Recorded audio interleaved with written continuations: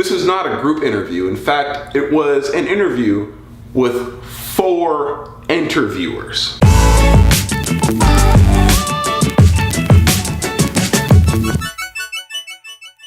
What's up guys, it's your boy africantaloupe coming at you with a brand new video. Today we're going to be talking about job interviews, and I could go on for hours and hours about how job interviews really make no sense, especially the questions they ask, like if you could be a Disney character, who would you be and why? Like, what does that have anything to do with me getting a job at your company? The only way that would make sense is if I was applying to, I don't know, Disneyland or something. But no, I'm probably applying to some shitty coffee place up the street from where I live, where I'm going to serve people $4 coffee that they could have easily made in their own home by themselves.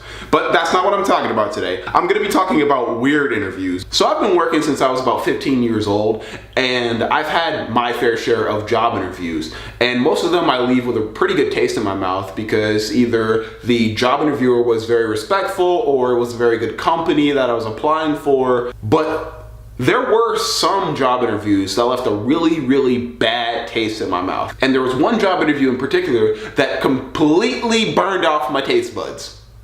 That's the one we're talking about today, of course. Before we start the video though, I just want to let you guys know that my goal is to hit 100 subscribers by the end of August. So that's in about a month and a couple days. So I'd really appreciate if you guys all like the video, share the video, and subscribe, and also ring that notification bell so you're notified every time I upload. Now, enough self-promoting, let's get on with the story. Now, this happened in about 2016, and it was around a time where I had been unemployed for about 2 months, and I was really getting to the point where I couldn't even afford to pay attention when my mom was talking to me. I was very, very desperate. It was to the point where I was filling out like 50 job applications every single week with not even so much as a call back to tell me that I didn't get the job. I was getting so desperate that I wanted to sell my heart on the black market because that's what, like $200,000 or something. Before I decided to call my buddy who does organ transplants in his bathtub, I decided to just do one more search. And on the job posting website, there was actually a new posting that came up for a snow cone place that was about 2 or 3 miles away from where I lived. And so I figured, put down the phone, don't call your buddy yet. There's still some hope. The only thing they had you do on the application was to just put in your email address. And so that's what I did. I put in my email address, and I almost immediately got a call back in the form of an email from them. They said they wanted a bit more information on me, so I gave them some usual stuff like, you know, my name, my date of birth, favorite thing to eat while I'm having an existential crisis, favorite hobby, you know, the simple stuff. They seemed to really like me, so they said they were going to give me a chance and go ahead and interview me. They said my interview time and date would come in a future email, probably in about a couple hours or so. So while I was waiting, I decided to take a nap. So when I woke up, I was very groggy, you know, kind of not seeing straight and everything. So I did get an email back from them, and they were saying that they wanted to meet outside of a Starbucks at a specific time.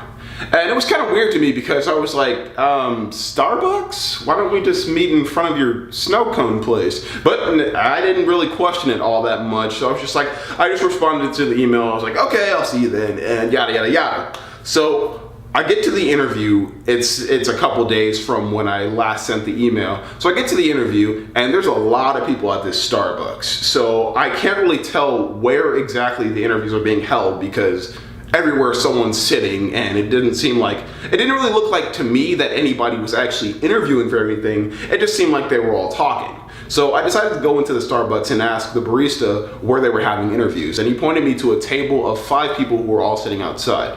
Now, I don't really have a problem with group interviews, but it kind of just devolves into a pissing match to see who can overtop the next person in order to get the job. It's not really an evaluation of skills so much as it is just, what can I say to make me sound better and that guy sound worse? But I just went ahead and went with it because, like I said, I really needed the job and I was going broke.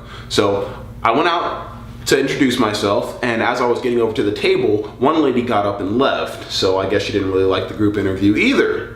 So I went ahead and I sat down, and one lady, she looks at her clipboard and she goes, "Are you Marcus?" So I give her the fakest smile I could muster and I go, "It's Marquise." She apologizes, and then she starts to introduce me to the other 3 people at the table. And I'm not really sure why she's doing that because I don't really care who these people are as far as I'm concerned. They're just my competition in the way of me getting the job that I want. But then it hit me. All 4 of these people were all carrying clipboards, and I was the only one that was carrying a resume. And then the reality of my situation began to sink in. This is not a group interview. In fact, it was an interview with 4 interviewers. At this point, when the realization hits me, I start sweating like a hoe in church, and I start freaking out and on the inside, but on the outside I'm just maintaining a very cool, calm, collected, and sweaty appearance. And so they see me sweating and they're asking me, hey, are you okay? And I'm like, and I'm choking on my words, so I'm just like, I'm good. I put up a thumbs up and I just tell them to just go ahead and go with the interview. So they start, and I shit you not, this had turned into an interrogation. They would all look up and stare at me right as one person asked a question, and then the second I open my mouth to respond, 3 of them will look down and start scribbling on their clipboards. And I'm freaking out because at this point, I haven't even said anything yet. What do you have to write about me? What, is it because I'm a little sweaty? Yeah, I got the pit stains, the collar sweat stains. I got like all these sweat stains on my shirt, but it's not my fault. You guys are basically interrogating me so I can get a job at a snow cone place. It's not cool. So of course I'm gonna look a little bit sweaty, but I'm not sure whether that was what they were writing down or something else. Maybe it was just the facial expressions I was making, because I was making a lot of them because I was freaking out. The tipping point was when they asked that question that I brought up at the beginning of the video, what's your favorite Disney character and why? And I had settled down just a little bit, so I figured I should lighten the mood with a little bit of a joke. So I had this whole joke lined up about me wanting to be Buzz Lightyear because I actually don't remember what the joke was, but it was probably funny, but it wasn't what I said. They asked me the Disney question, and I told them that I would be Buzz Lightyear.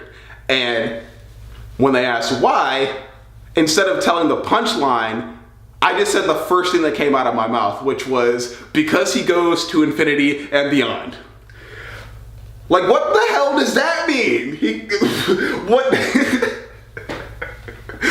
Oh man, I still remember the stupid grin I had on my face as I said that, because I still thought that even though I didn't say the right punchline, I still thought it was pretty funny. I was giggling to myself. But were the interviewers? Oh no, they weren't. They all stopped writing and they just look at me. Just completely stop. Everything's like still, it's like time froze. And they're all just staring at me. And I'm just staring back, just kind of darting from one interviewer to another, waiting for them to stop looking at me. But this goes on for like a full minute. Not blinking, not saying a word, not writing anything, just staring at me.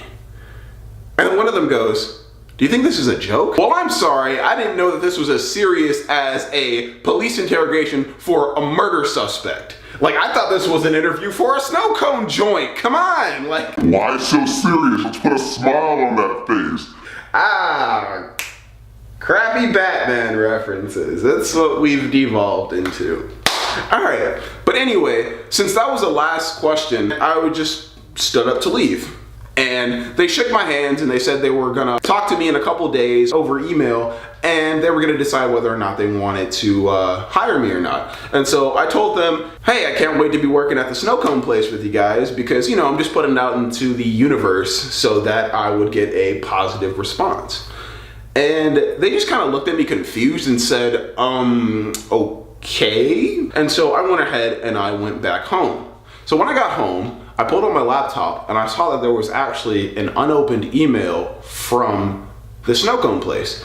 And I was like, wow, I thought they said it was gonna be a couple days until they responded to me. They literally responded to me within 15 minutes. But when I opened the email, I found out that it was just them giving me a list of interview times and dates that would work for me. And then it hit me. I hadn't actually gone to my interview with the snow cone place yet. And so this is the real question. Who the hell did I just interview for? Like, Jesus Christ, like, I knew that a snow cone interview would not be that stressful, but apparently some job is, and some job that I applied for in the past. See, this is why you always read your emails, okay? Because I didn't read where the email came from simply because I was too focused on, hey, I've got an interview set up.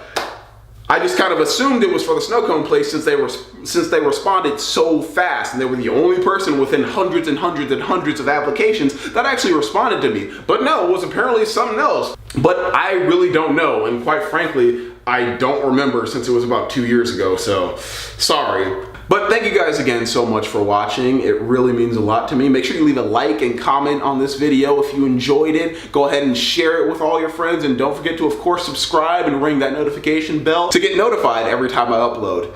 But until then, I will see you guys in the next video. Peace.